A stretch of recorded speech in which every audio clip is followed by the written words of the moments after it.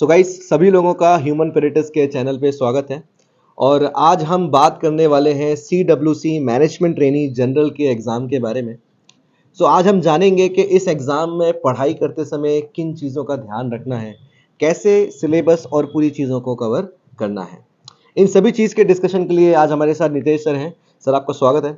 और पहला सवाल जो मैं आपसे पूछना चाहता हूँ वो बहुत ही जनरल सवाल है कि सर, आखिर सिलेबस क्या है, क्या चीज़ें इसमें आपको पढ़नी है। Okay, thanks Abhinav and welcome everybody. So guys, CWC MT का जो पूरा सिलेबस है उसमें ब्रॉडली आपके पास 6 कीवर्ड है, ठीक है। नंबर 1 प्रोफेशनल नॉलेज, जिसके फर्दर जाके आपको 4-5 चीज़ें पढ़नी है। प्रोफेशनल नॉलेज में HR, OB, marketing, supply chain management. So this is part 1. Part 2 is numerical aptitude. Part 3 is reasoning. Part 4 is English. Part 5 is computer. और पार्ट 6 इज जनरल अवेयरनेस।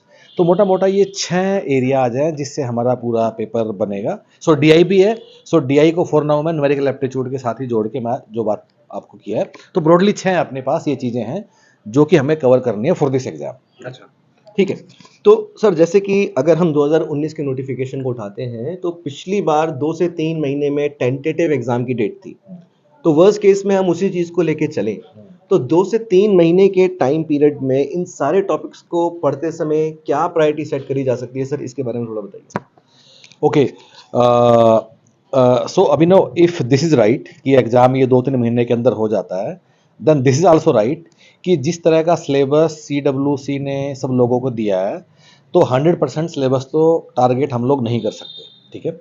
और 100% I think हमारा objective है भी नहीं। हमारा objective क्या है कि हमें सारे सवाल ठीक नहीं करने, हमें तो बाकी लोगों से ज़्यादा सवाल ठीक करना है। It's a competitive exam, we have to score other than others.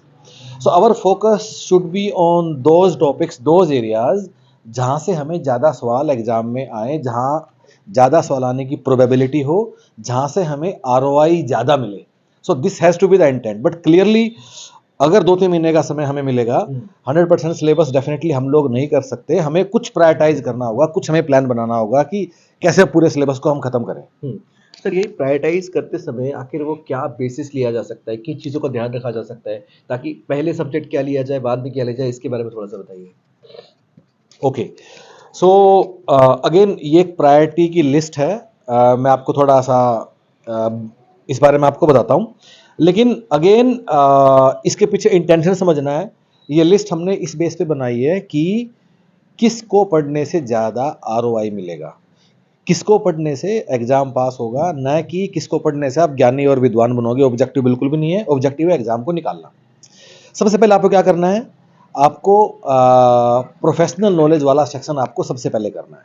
First priority आपको प्रोफेशनल नॉलेज वाला सेक्शन, जिसमें HR है, OB है और सप्लाई चेन मैनेजमेंट है, मार्केटिंग है, ये सब आपको करना है। अब उसके अंदर भी किस कीवर्ड का क्या मतलब है, उसके अंदर क्या करना है, तो हम लोगों ने क्या किया है, हम लोगों ने 24 जनवरी को एक YouTube पे एक वीडियो पब्लिश किया है जिसका नाम है व्हाट टू स्टडी। तो अंदर जाके आप एक एक कीवर्ड को आप देख लीजिएगा कि किस इनके अंदर क्या करना है। But having said that, priority number 1 is professional knowledge. Priority number 2 पे आते हैं। उसके बाद आपको करना है रीजनिंग। रीजनिंग हम आपको क्यों अभी हमने सॉरी सेकंड नंबर आपको करना है कंप्यूटर नॉलेज, क्योंकि कंप्यूटर का भी जो पेपर है ना वो काफ़ी प्रेडिक्टेबल है और थोड़ा सा आपको सिलेबस आपको कवर करना है और उससे आपके सवाल निकल जाएंगे। थर्ड नंबर पे आपको करना है रीजनिंग। अब रीजनिंग में सबसे पहली बात कि जो पेपर बनता है, इनफैक्ट सारे PSUs में, चाहे CWC है, चाहे कोल इंडिया है, या फिर आपका इवन स्टाफ एंड वेलफेयर है, बाकी PSUs में रीजनिंग का पेपर काफ़ी आसान होता है। और आपको करना क्या है, रीजनिंग में बड़े सारे टॉपिक हैं, कोई भी एक टॉपिक उठाइए, उसका एक ओवरऑल मेथड समझिए कैसे करते हैं, 10-15 सवाल कीजिए और आगे बढ़िए। आपको ऐसा नहीं करना है कि रीजनिंग के ही एक एक टॉपिक के आप 100 सवाल लगा रहे हो। Don't waste your time. जैसे कि आप लेटर सीरीज किया, समझा उसमें क्या 4-5 मेथड हैं, 10-15 सवाल किए, आगे बढ़ गए। फिर मान लो नंबर सीरीज किया, आगे बढ़ गए। फिर कोडिंग डिकोडिंग किया, आगे बढ़ गए। So just go through all types of questions, इतना ही काफ़ी होगा आपको करने के लिए। अब प्रायोरिटी नंबर हम आते हैं 4 में। अब प्रायोरिटी नंबर 4 और प्रायोरिटी नंबर 5 ना आप पे पर्सन टू पर्सन डिपेंड करती है। सो 4 और 5 में क्या है, न्यूमेरिकल एप्टीट्यूड और अपना ये इंग्लिश, ठीक है। अब कुछ लोग ऐसे हैं कि जो थोड़ा मैथ से डरते हैं पर उनका अंग्रेजी अच्छा है, और कुछ लोग ऐसे होते हैं कि जो इंजीनियरिंग बैकग्राउंड है, अंग्रेजी ढीली है लेकिन गणित ठीक से जानते हैं।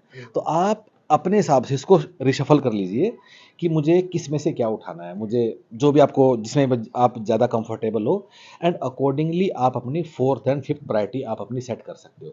बट इस बात को जरूर याद रखना, this exam is about covering lot of syllabus rather than going deep into any of topics of the syllabus. आपको ज़्यादा टॉपिक करने हैं, डीप में नहीं जाना है।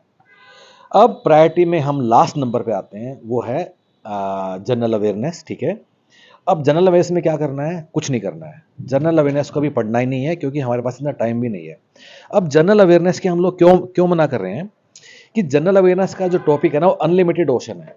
उसमें आप करंट अफेयर भी कर लो, पॉलिटी भी कर लो, जनरल साइंस भी कर लो, इकोनॉमी भी देख लो, हेरिटेज कल्चर भी देख लो, ज्योग्राफी भी अगर आता है तो उसके भी सवाल देख लो। तो क्योंकि ये इतना वास्ट है और सवाल आएंगे इन पूरे टॉपिक्स में से एक एक दो दो सवाल आएंगे, इसलिए हमारी सलाह ये है, because ROI is less, general awareness को नहीं छूना है, नहीं पढ़ना है। फिर भी आप में से कुछ एक्स्ट्रा पावर वाले विद्यार्थी हैं जो सारा सिलेबस जल्दी कर लेंगे, तो वो अपना सिलेबस खत्म होने के बाद जनरल नॉलेज को छू सकते हैं, उसमें आप करंट अफेयर थोड़ा देख सकते हो। But generally it's not advisable कि आप जनरल अवेयरनेस के टॉपिक को आप छुओ भी for this exam. But this is the order of priority. Repeat करता हूँ, number 1 professional knowledge, number 2 computer, number 3 reasoning, number 4 and 5 maths और इंग्लिश डिपेंडिंग अपॉन कि आपका क्या बैकग्राउंड है, and number 6 priority is general awareness. ठीक है sir, I hope कि इसके बाद थोड़ा सा क्लैरिटी आ गया होगा when it comes to the priority. अगले अगले सवाल सर मेरे दो हैं एक साथ। तो पहले तो जब सर हम सिलेबस इस एग्जाम का देखते हैं तो प्रोफेशनल नॉलेज में जब हम जाते हैं तो वहाँ 3 सेक्शंस दिखते हैं, एक है HRM, एक है मार्केटिंग और एक है सप्लाई चेन मैनेजमेंट। इवन हम इसके अंदर की डिटेलिंग्स भी देखते हैं, ठीक है। बाकी टॉपिक्स के लिए हम ऐसा कोई भी डिटेल नहीं देखते। अब पहला सवाल मेरा सर ये है कि जब हम इन टॉपिक्स को देख रहे हैं, मार्केटिंग, HR और OB, तो सर इसमें इन्हीं टॉपिक्स तक सीमित रहना है? दूसरी चीज़ के इसमें कई सारे ऐसे टॉपिक्स हैं जो अपने आप में पूरे सब्जेक्ट्स हैं। फॉर एग्जांपल OB अपने आप में पूरा सब्जेक्ट्स है। Labour legislation is not just a keyword but अपने आप में एक सब्जेक्ट है। एंड अब इनमें कैसे प्रायोरिटी सेट करी जाए? सेकेंडली, जिन सब्जेक्ट्स में कोई डिटेल नहीं दी है उनके लिए सिलेबस का क्या अंदाजा है sir? Okay, this is a very good question actually. अब CWC ने क्या किया है कि मार्केटिंग या सप्लाई चेन या HR के तो सब टॉपिक्स डिफाइन कर दिए हैं, पर प्रॉब्लम ये है कि IR, लेबर लॉज और जिसको लेबर लेजिस्लेशन लिखा है, या फिर अपना OB, इनका ना एक वर्ड लिख के छोड़ दिया, पर अपने आप में पूरी किताबें आई हैं। पर अगेन इनका भी हमने डिटेल में कुछ एनालिसिस करके कुछ आपको सजेस्ट किया है। अगेन सो जो वीडियो हम लोगों ने यूट्यूब चैनल पे 24 जनवरी को लगाया है, आप उसको जरूर देख लीजिएगा। वीडियो का नाम है व्हाट टू स्टडी। उसमें कुछ सब टॉपिक्स हमने बताए हैं कि कौन कौन सा लेबर लॉ हमें पढ़ लेना चाहिए, IR में क्या पढ़ लेना चाहिए, क्या छोड़ देना चाहिए। अगेन दिस आल्सो और गेस वर्क, आप लोग भी ज्ञानी हैं, अपना दिमाग भी आप प्रयोग कर लेना। But we need to define, we need to segregate, we need to find out कि कौन कौन से सिलेक्टेड टॉपिक्स हैं जो कि हमें इसमें कवर करने होंगे। हाँ, और सर अगर मैं इसकी बात करूँ क्वांट, रीजनिंग, इंग्लिश की, तो इनमें क्या कुछ कुछ बाउंड्री सेट करी जा सकती है? देखिए, अगेन क्वांट्स और रीजनिंग के जो जो भी संडे टॉपिक्स हैं आपको वही पूरे करने होंगे। इसमें it is not possible to define topics कि आप परसेंटेज कर लो, टाइम स्पीड एंड डिस्टेंस छोड़ दो, ये छोड़ दो, इतना संभव नहीं है। इसमें आपको सारे ही करने होंगे, पर मोटा मोटा देख के आप आगे बढ़ते जाइए। अगर कोई बहुत ही मुश्किल लगता है, जैसे किसी को लगता है कि मेरे से ब्लड रिलेशन के सवाल नहीं होते हैं, तो छोड़ दीजिए। किसी भी मुश्किल टॉपिक को सीखने की कोशिश मत कीजिए, जो आसान समझ में आ रहा है उसको समझते हैं और आगे बढ़ते हैं, सिलेबस पूरा करते रहिए। याद रखिए, आपका ऑब्जेक्टिव ज्ञानी बनना नहीं है, विद्वान बनना नहीं है, आपका ऑब्जेक्टिव है CWC एग्जाम निकालना और अपनी नौकरी को प्राप्त करना। तो सर फाइनल सवाल के ह्यूमन पेरिटस इन स्टूडेंट्स को कैसे ये नौकरी प्राप्त करवा रहा है? नहीं, ठीक है, इसके लिए कुछ नहीं करना है। हमारी वेबसाइट पे जाओ और वहाँ जाके एक बार अच्छे से देख लो प्रोग्राम को, सारे FAQ को पक्का गो थ्रू करना। अगर अच्छा लगे तुरंत एनरोल कर दो, और अगर करना तो जल्दी कर दो, टाइम वेस्ट मत करो। ऐसा नहीं होगी एनरोल करना भी और 10 दिन बाद करोगे, फिर you want get that value. You will pay the same money, लेकिन जितना जल्दी करोगे उतना ज़्यादा आप रिसोर्सेज को यूज़ कर पाओगे। It's very nicely done. Mock test वगैरह भी आपके लिए बनाए हैं नए हम लोगों ने 5, and just be with us, और जो जो हम लोग डिस्कस कर रहे हैं उसको फॉलो करते जाइए। अगर आप हमारी किस बात से डिसएग्री करते हो, आपका स्वागत है, नीचे कमेंट्स में लिख दीजिए, उसको हम आंसर करने की कोशिश करेंगे। और हमें लगता है कि नहीं, आपने कुछ ऐसी बात बताई है जो हमें करेक्ट करनी चाहिए, हम लिख भी देंगे कि हाँ ये एक चीज़ है जो हमसे मिस हो गई है and we need to be corrected. या Okay, so thanks a lot, sir. And that is all from our side. Thank you.